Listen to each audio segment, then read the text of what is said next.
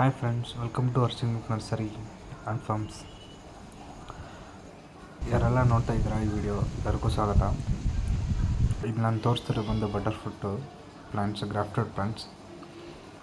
ನಾನಿವತ್ತು ಹೇಳೋಕೆ ಬಂದಿರೋ ಮಾಹಿತಿ ಒಂದು, ಯಾವ ರೀತಿ ಬಟರ್ಫ್ರೂಟನ್ನು ನಾವು ಪ್ಲಾಂಟೇಷನ್ ಮಾಡ್ತೀವಿ ಮತ್ತು ಯಾವ ರೀತಿ ಗಿಡಗಳನ್ನ ಸೆಲೆಕ್ಟ್ ಮಾಡ್ತೀವಿ. ಹಾಗೆ ನಾವು ಮೊದಲನೇದಾಗಿ ಯಾವುದೇ ನರ್ಸರಿಗೆ ಹೋದ್ರೂ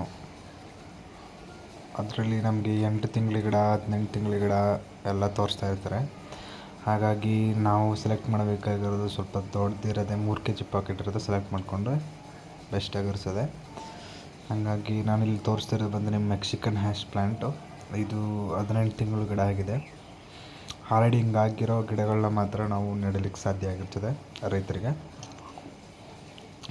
ಹಾರ್ಡಿಂಗ್ ಆಗಿಲ್ಲದೆ ಅದು ತೊಗೊಂಡೋಗಿ ನಾವು ಜಮೀನಲ್ಲಿ ಹಾಕ್ತು ಅಂತಂದರೆ ಸಾಯೋ ಚಾನ್ಸಸ್ ತುಂಬ ಕೇಸಸ್ ಇರ್ತದೆ. ಇದೆಲ್ಲ ನೋಡ್ತಾ ಇರೋ ಗಿಡಗಳು ಬಂದು ತುಂಬ ಹಾರ್ಡಿಂಗ್ ಆಗಿದೆ. ಇದು ಬಂದು ನಿಮಗೆ 3 kg ಪಾಕೆಟಲ್ಲಿರುವಂಥದ್ದು ಗಿಡಗಳು. ಇದು ಬಂದು ಇಲ್ಲಿ ತೋರಿಸ್ತಾ ಇರೋ ಗಿಡಗಳು ನಿಮಗೆ 1.5 kg ಪಾಕೆಟಲ್ಲಿರುವಂಥ ಗಿಡಗಳು.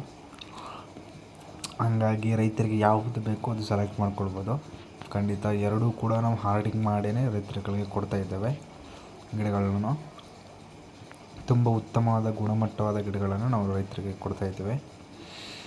ಹಾಗೆ ಗಿಡಗಳು ತಗೊಂಡೋದ್ಮೇಲೆ ಯಾವ ರೀತಿ ನಾಟು ಮಾಡಿದೆ ಅಂತ ನಾವು ಹೇಳ್ಕೊಡ್ತಾ ಇದ್ದೀವಿ.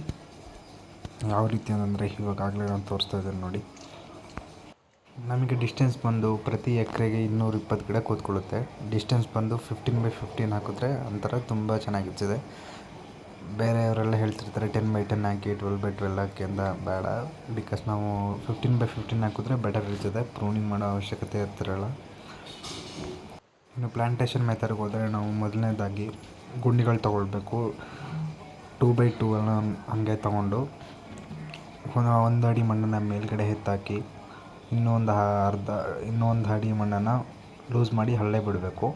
ಸೊ ಲೂಸ್ ಮಾಡಿ ಹಳ್ಳೆ ಬಿಟ್ಟಿದ್ದು ಗುಂಡಿಗಳಿಗೆ, ಪ್ರತಿ ಗುಂಡಿಗಳಿಗೆ ಒಂದು 5 kg ಕೊಟ್ಟಿಗೆ ಗೊಬ್ಬರ ಹಾಗೂ ಬೇವಿನ ಹಿಂಡಿ ಎಲ್ಲ ಮಿಕ್ಸ್ ಮಾಡಿ ಹಾಕಿ ಪುನಃ ಕಂಪ್ಲೀಟ್ ಅದನ್ನು ಮುಚ್ಚಬೇಕಾಗಿರ್ತದೆ. ಸೊ ಹಾಗೆಲ್ಲ ಆದಮೇಲೆ ಅದು ಬಿಟ್ಟು ಕೆಲವೇ ಒಂದು 15 ದಿವಸ ನಂತರ ನಾವು ನಾಟಿ ಮಾಡಲು ಶುರು ಮಾಡ್ಬೋದು. ನಾಟಿ ಮಾಡಿದ ನಂತರ ನಾವು ಗ್ರಾಫ್ಟಿಂಗ್ ಟೇಪನ್ನು ಹಾಕಿರ್ತೇವೆ. ಸೊ ಅದು ರಿಮೂವ್ ಮಾಡಬೇಕಾಗುತ್ತದೆ. ಹಾಗೆ ನಾವು 2x2 ಗುಂಡಿಯನ್ನು ತೆಗೆಸ್ತಾ ಇದ್ದೇವೆ. ಕಂಪ್ಲೀಟ್ ಗುಂಡಿಯನ್ನು ತೆಗೆಸಿ ಅದರೊಳಗಡೆ ನಾವು ಬೇವಿನ ಹಿಂಡಿ ಹಾಗೂ ಕೊಟ್ಟಿಗೆ ಗೊಬ್ಬರವನ್ನು ಸೇರಿಸಿ ಮುಚ್ಚಿ ಗುಂಡಿಯನ್ನು ಪುನಃ ಮುಚ್ಚಿ ನಾವು ಪ್ಲಾಂಟೇಷನ್ ಮಾಡ್ತಾಯಿದ್ದೇವೆ ನೋಡಿ. ಅಲ್ಲಿ ಬೇವಿನ ಹಿಂಡಿ ಹಾಕಿ ಮತ್ತು ನಾವು ಗಿಡಗಳನ್ನು ನೆಡುವಾಗ ಯಾವಾಗ ಹೈಟಾಗಲೇ ನೆಡಬೇಕಾಗಿರುತ್ತದೆ.